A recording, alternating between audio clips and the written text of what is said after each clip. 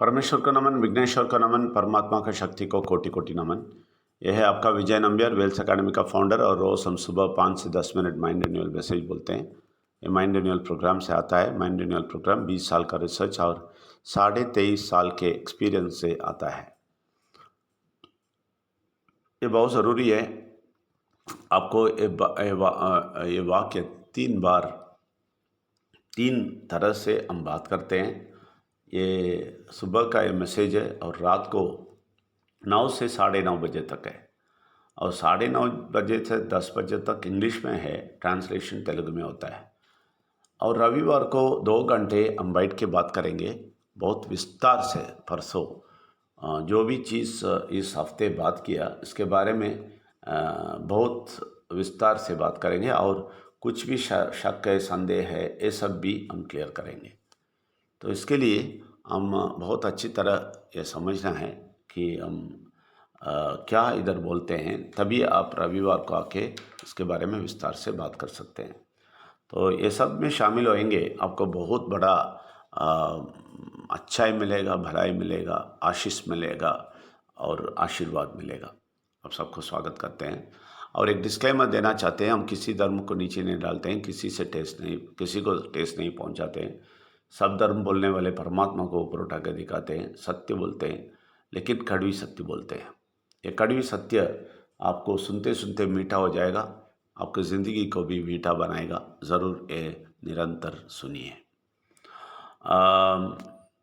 हम पिछले 6 हफ्ते से, लगभग 5-6 हफ्ते से हम परमेश्वर के आवाज़ के सुनने के बारे में बात कर रहे हैं।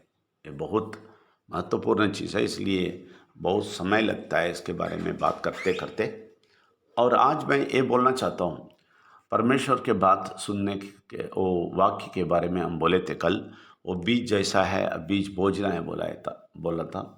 वो बीज बहुत अच्छी तरह काम करेगा, अच्छी तरह बोझेंगे तो, ऐसा बोला था। आज मैं ये बोलना चाहता हूँ, ये बीज बोझते हैं का मतलब क्या है कि आप अच्छी तरह समझना है उसको।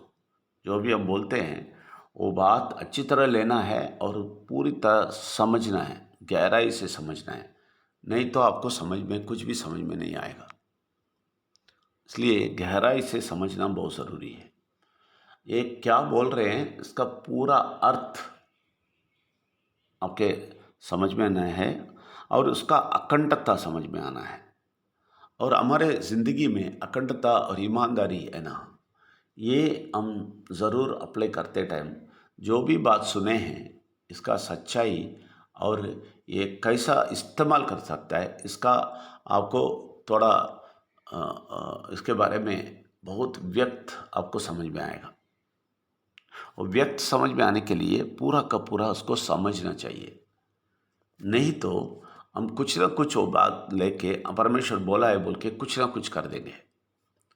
इसलिए ये समझना बहुत ज़रूरी है, ये वाक्य को समझना बहुत ज़रूरी है।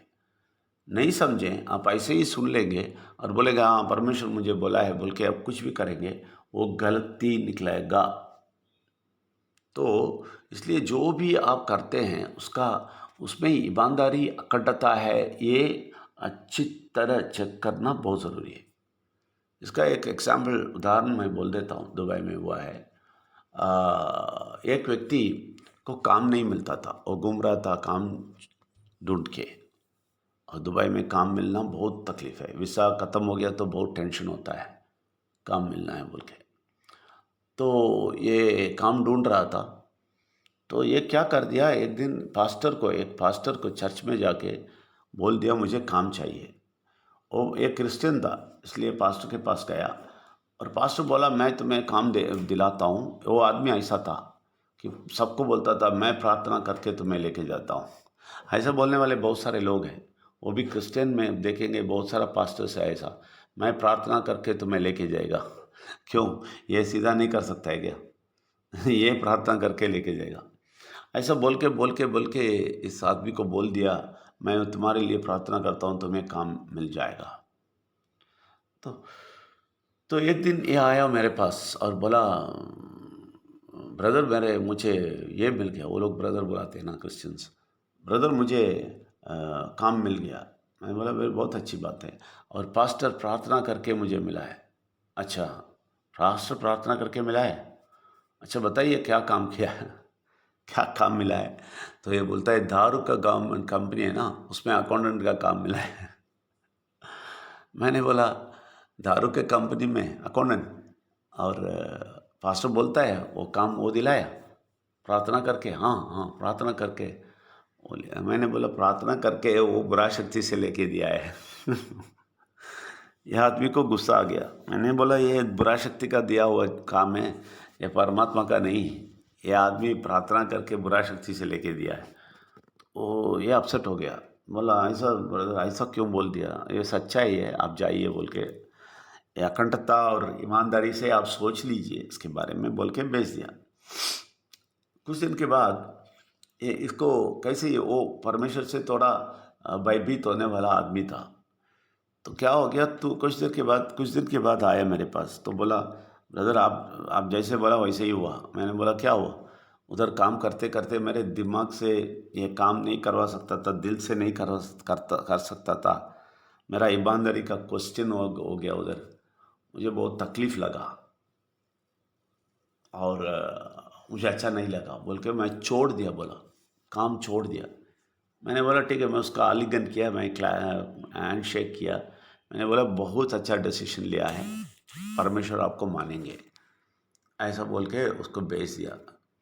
तो ये भी चला ये, आप यकीन नहीं करेंगे, एक दो हफ्ते के बाद फिर से वापस आया, मुझे भाग भाग के आके आलिंगन किया और खुशी खुशी से बोला आपको मालूम है क्या हुआ? एक बहुत बड़ा मिराकल हुआ। मैंने बोला क्या हुआ?